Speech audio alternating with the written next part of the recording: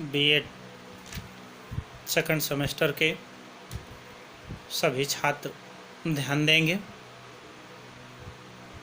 कि आपके वैकल्पिक प्रश्न पत्र चतुर्थ पेपर पर्यावरण शिक्षा में मैं आज आप लोगों को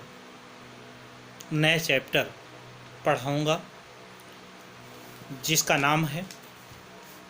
विद्यालय पाठ्यक्रम में पर्यावरणीय शिक्षा। वैसे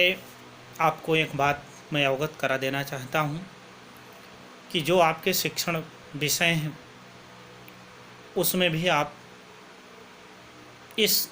जैसे इसमें आपका जो पाठ्यक्रम की मैं बात बताऊंगा वो स्पेशली इन्वायरमेंट से रिलेटेड होगा, लेकिन उसी तरह से जैसे आपने अपने शिक्षण विषय में पाठ्यक्रम का जो सैद्धांतिक उसमें एक टॉपिक है, जो भी विषय हैं उसके जैसे हिस्ट्री है, इतिहास शिक्षण के पाठ्यक्रम में इतिहास का क्या महत्व है, या विज्ञान है तो विज्ञान शिक्षण का पाठ्यक्रम में क्या महत्व है, यानी उस पाठ्यक्रम की इम्पोर्टेंस के बारे में चर्चाएं होती हैं। तो आइए सबसे पहले हम आपसे चर्चा करेंगे meaning and definition of curriculum, यानी पाठ्यक्रम का अर्थ क्या है।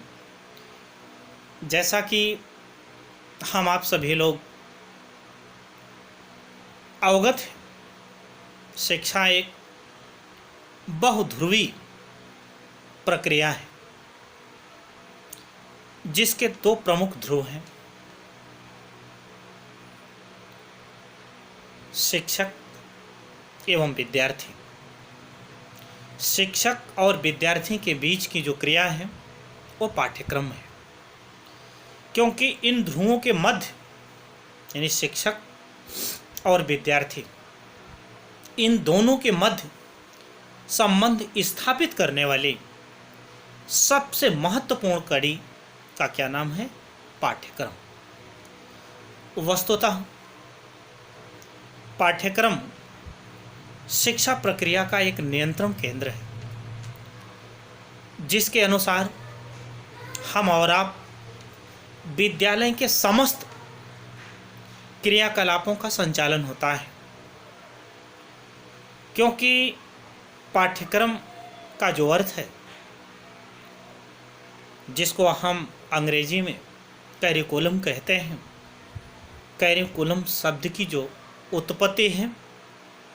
वह लैटिन भाषा की क्यूरेरर से हुई है, जिसका अर्थ होता है दौड़ना। पाठ्यक्रम का अर्थ निश्चित लक्ष्य को प्राप्त करने का, यानी जो निश्चित लक्ष्य को प्राप्त करने के लिए माध्यम साधन से हम जोड़ते हैं। इस पर कनिंघम ने लिखा, पाठ्यक्रम कलाकार, कलाकार कौन हुआ, शिक्षक हुआ, कि हाथ में एक औजार है जिसके द्वारा वह अपनी सामग्री कौन सी हुई, उस अध्यापक का विषय हुआ को अपने आदर्शों यानी उस विषय के लक्ष्य और उद्देश्यों के अनुसार अपनी चित्रशाला मीन्स उस शिक्षक और विद्यार्थी का जो विद्यालयी जो परिवेश है उस परिवेश में वो ढालता है। यानी शिक्षक के हाथ में एक औजार है, औजार कौन सा है, उसकी सामग्री यानी उसका सब्जेक्ट, उस सब्जेक्ट के पाठ्यक्रम को उन विद्यार्थियों को उसमें विद्यालय में अपने विषयगत पाठ्यक्रम में उसको आत्मसात करने की कोशिश करता है। क्योंकि आप आधुनिक प्रत्यय के अनुसार यदि पाठ्यक्रम के जोड़ें तो अतीत जो कालीन जो शिक्षा है, शिक्षा का जो प्रमुख उद्देश्य सूचनाएं एकत्र करना था, पाठ्यक्रम को निर्देशन विषयों के पर्यायवाची के रूप में माना जाता था, परंतु आधुनिक युग में शिक्षा को गत्यात्मक प्रक्रिया के रूप में स्वीकारा जाने लगा, जिससे शिक्षा के लक्ष्यों और उद्देश्यों में परिवर्तन होने लगा और वर्तमान समय में पाठ्यक्रम मात्र अध्ययन के विषयों से संबद्ध नहीं है, अपितु उन सभी बहुआयामी क्रियाकलापों के अनुभवों का योग है जिन्हें बालक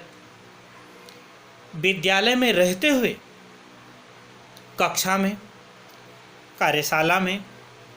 खेल के मैदान में तथा शिक्षकों के साथ बहुत से अनौपचारिक संपर्कों के परिणाम स्वरूप प्राप्त करते रहते हैं। दूसरे शब्दों में हम कह सकते हैं या कहा जा सकता है कि विद्यालय का संपूर्ण जीवन विद्यार्थी के लिए पाठ्यक्रम है। पर्यावरण पाठ्यक्रम में वे सभी बिंदु आते हैं जिनका प्रत्यक्ष एवं अप्रत्यक्ष संबंध पर्यावरण ज्ञान, पर्यावरण संरक्षण, रख रखाव, उसके सुधार से होता है। प्रचलित पर्यावरण शिक्षा का जो पाठ्यक्रम के निर्माताओं के निर्देशन पर आधारित है, जो यह निश्चित करता है कि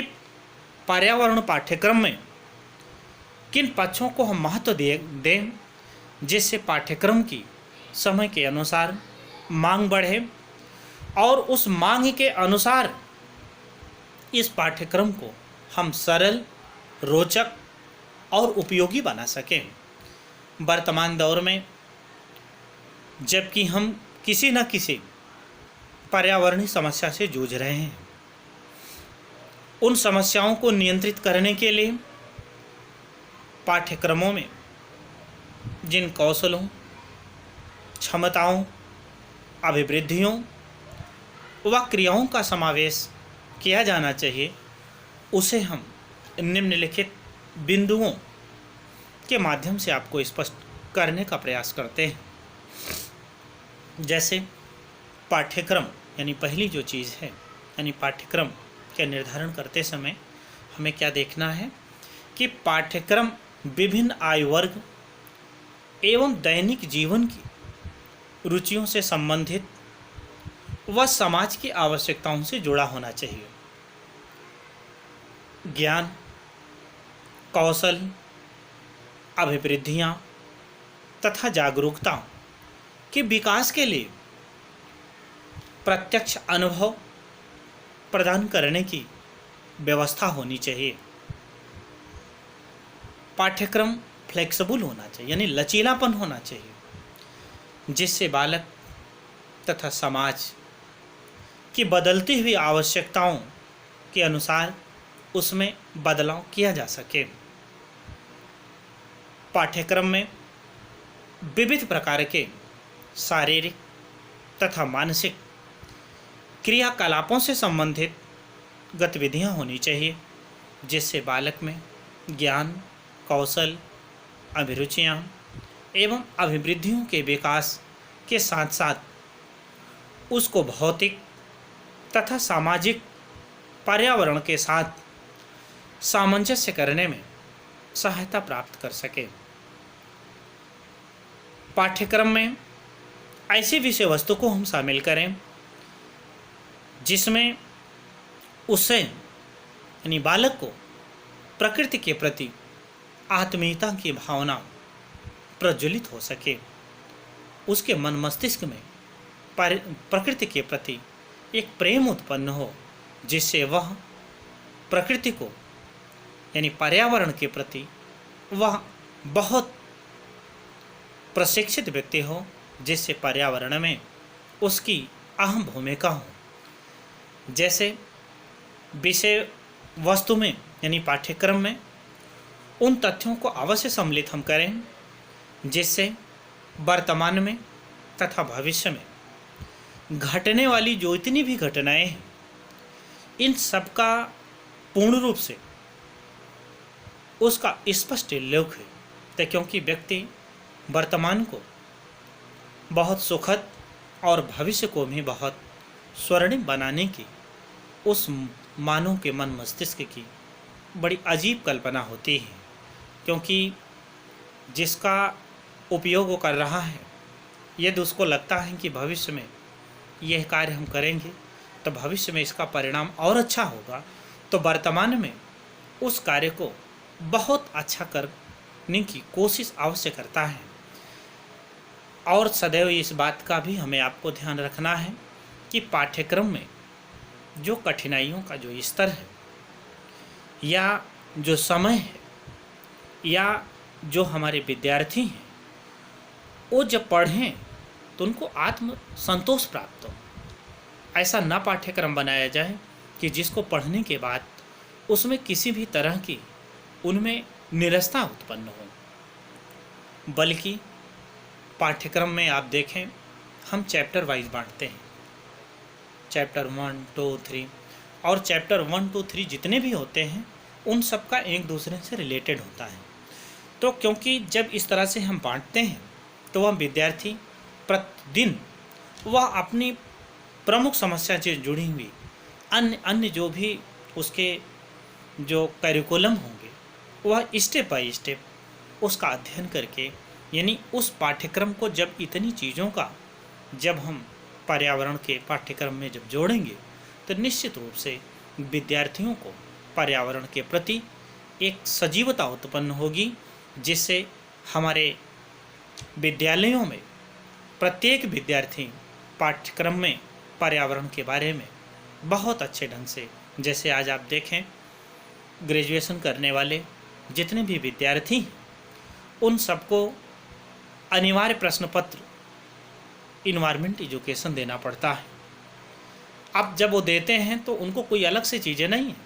बल्कि उनके व्यवहारिक जीवन से जुड़ी हुई वे सारी चीज़ें हैं जिनका वो सदुपयोग करते हैं और उसको पढ़ करके उसकी बिना परीक्षा पास किए हुए उन्हें डिग्री नहीं मिलती। इसलिए वो कंपलसरी कर दिया गया कि हम कम से कम अपने उस पर्यावरण के प्रति जानें, समझें और जागरूक हों और भविष्य में इस पर्यावरण के संकट ना आए। इसलिए वह हमें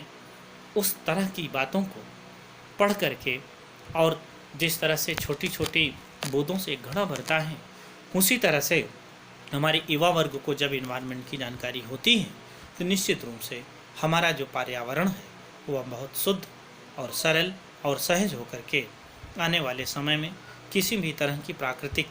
आपदाओं से हम लड़ सकते हैं। जैसे देखिए अभी प्राकृतिक आपदा कोरोना चल रहा है, इसमें विज्ञान फेल है तो पूरी दुनिया तबाह है, क्योंकि प्रकृति का एक खेल है। यानी पर्यावरण अगर चाहे इसको समाप्त कर सकता है, लेकिन एक छोटा सा वायरस है जिसको हम प्रत्यक्ष अपनी आंखों से भी नहीं देख पा रहे हैं,